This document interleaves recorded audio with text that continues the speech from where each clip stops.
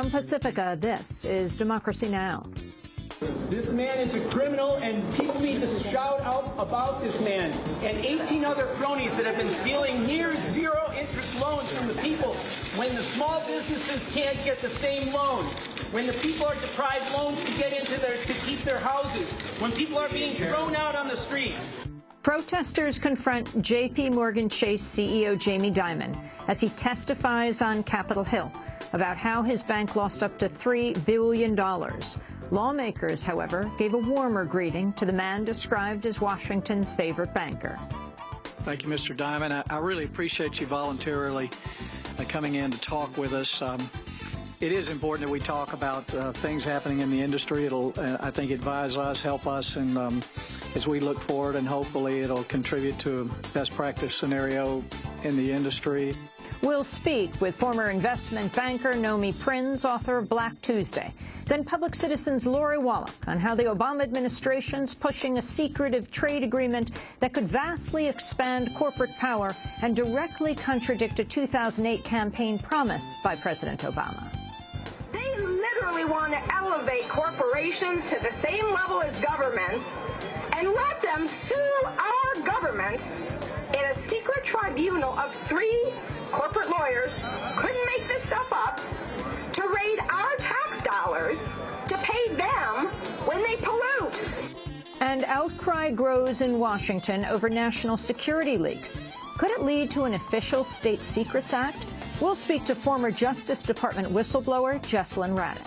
While whistleblowers have always been retaliated against and harassed unmercifully under prior administrations, this is the first administration to actually start indicting them, and doing so under the Heavy-Handed Espionage Act, which could land them in jail for the rest of their lives. All that and more coming up. Welcome to Democracy Now!, democracynow.org, The War and Peace Report. I'm Amy Goodman. Amnesty International is accusing the Syrian government of crimes against humanity and deliberately targeting civilian areas linked to support for opposition rebels. In a new report, Amnesty says its researchers collected evidence from 23 villages and towns of indiscriminate killings by government forces and affiliated militias. Amnesty advisor Donatella Rivera said civilians are enduring massive brutality.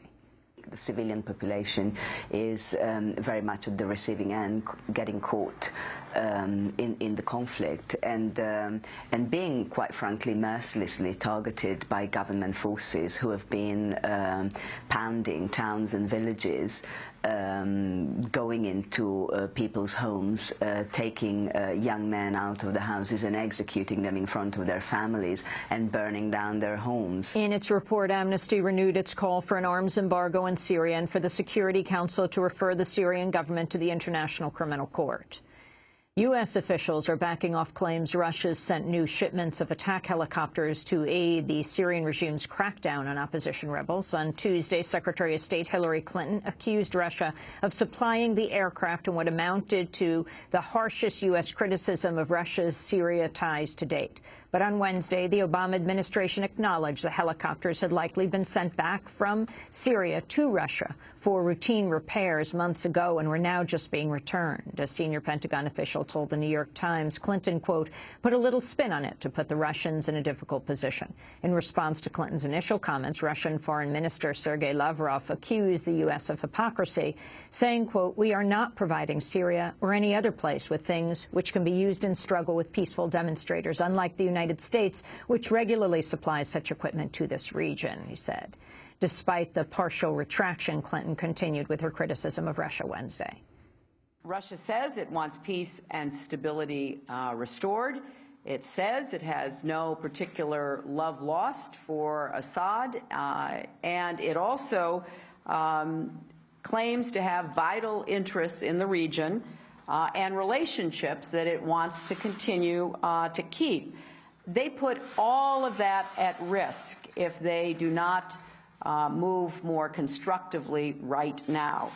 And I would emphasize that the United States has provided no military support to the Syrian opposition. None.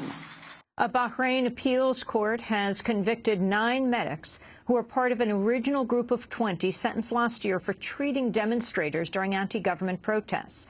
The former senior medic at Bahrain's top hospital was sentenced to 5 years in prison, while the 8 others received sentences ranging from 1 month to 3 years. 9 other medics of the original 20 had their verdicts dismissed. The prosecution of the medics and their torture while in custody has been widely criticized. In a statement, the U.S.-based group Physicians for Human Rights said, quote, "It's a travesty of justice that the trials continued and that the medics are now sentenced to jail time." The Washington Post is reporting the U.S. is dramatically expanding covert spying operations across Africa, creating a network of air bases to help monitor and target militants. As part of the effort, the U.S. is reportedly deploying small, unarmed aircraft disguised as private planes that record video and intercept radio and cell phone signals. The spying is overseen by U.S. Special Operations Forces, but also involves both African troops and private military contractors. The operation comes as part of the Obama administration's expanded use of special operations forces and secretive efforts to monitor and even kill militants around the world. Egypt's ruling military government has expanded the powers of state forces to detain civilians just days ahead of the country's runoff election. In a joint statement, more than a dozen Egyptian rights groups said the decree effectively reimposes martial law and reinforces suspicion the upcoming transfer of power to a civilian government, quote, will only be phony and won't prevent the military from remaining a major player in political life, unquote. Ahmed Shafiq, who served as prime minister under ousted leader Hosni Mubarak, will square off against Muslim Brotherhood candidate Mohamed Morsi in this weekend's runoff vote. A court is ruling today on whether Shafiq is eligible to run under a law banning Mubarak-era officials. The law was passed in April, but a lower court later ruled parts of it were unconstitutional. Egyptian activists, meanwhile, have unveiled a campaign to boycott the vote, calling it a false choice under ongoing military rule. Boycott organizer Tarek Shalabi said Egypt's military rulers have effectively rigged the election to ensure their continued dominance. They're trying to show us that there's no other way for the revolution to continue except for collaborating with SCAF in these elections that they've made for us. And obviously they make these elections customized specifically for them so that the result that comes out, whatever it is and whoever it is, works perfectly for them. And that's why what we need to do is we need to reject these elections, refuse to collaborate with them, and make sure that we organize ourselves. At least 3 people have been killed in a U.S. drone attack in the Pakistani town of Miranshan in North Waziristan. Pakistani officials say the attack targeted militants in a central market. The drone strikes have continued as the U.S. and Pakistan remain at odds over the reopening of NATO supply routes for the war in Afghanistan. On Wednesday, Defense Secretary Leon Panetta said Pakistan's closure is costing the U.S. an additional $100 million a month. The talks have stalemated over a number of issues, including the U.S. refusal to apologize for an airstrike that killed 24 Pakistani troops last year. In Islamabad, Pakistani Foreign Minister Hina Rabbani Khan denied claims a Pakistani demand for higher tariffs on the routes is preventing an agreement. Pakistan is not in any sort of a price gouging debate right now. So these impressions are indeed incorrect and wrong and must be dispersed as soon as possible.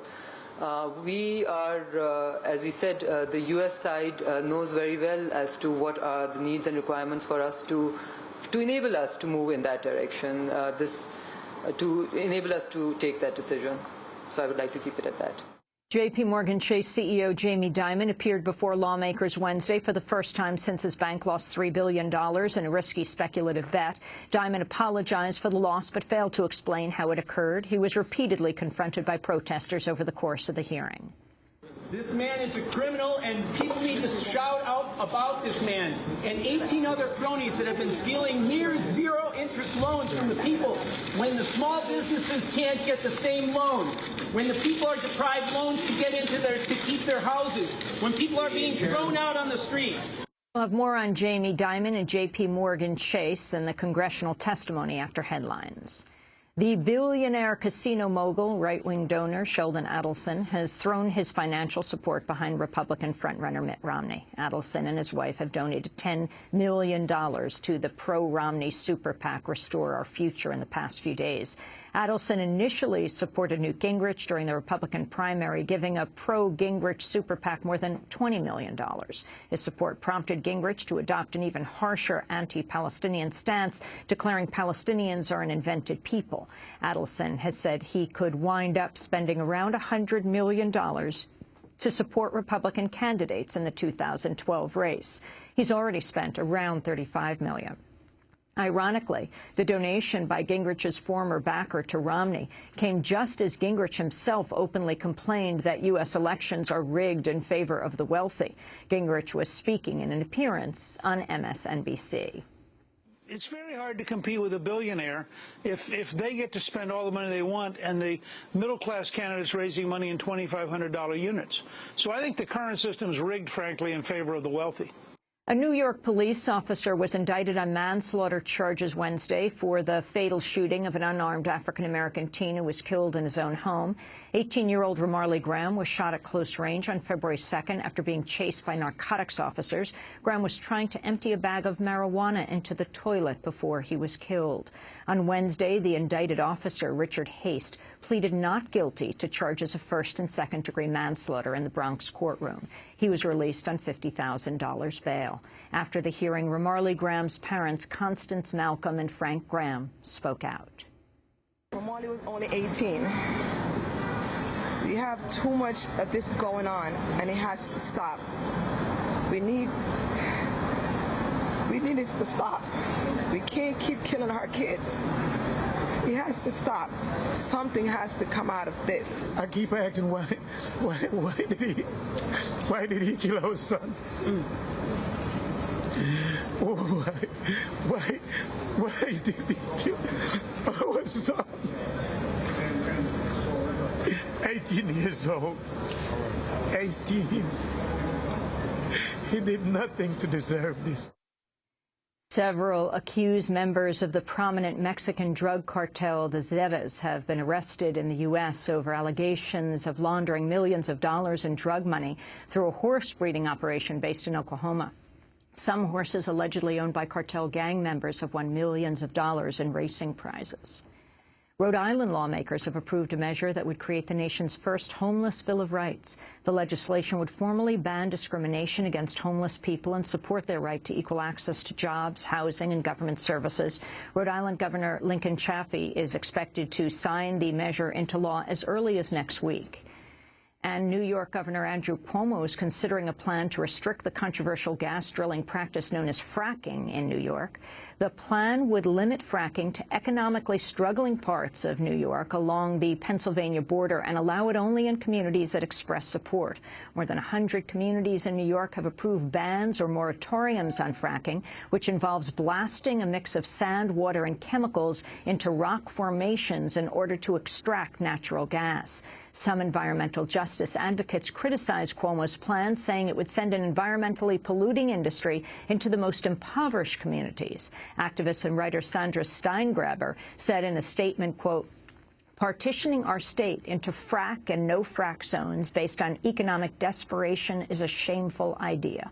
New York state regulators are expected to approve fracking in the coming months. And those are some of the headlines. This is Democracy Now!, democracynow.com.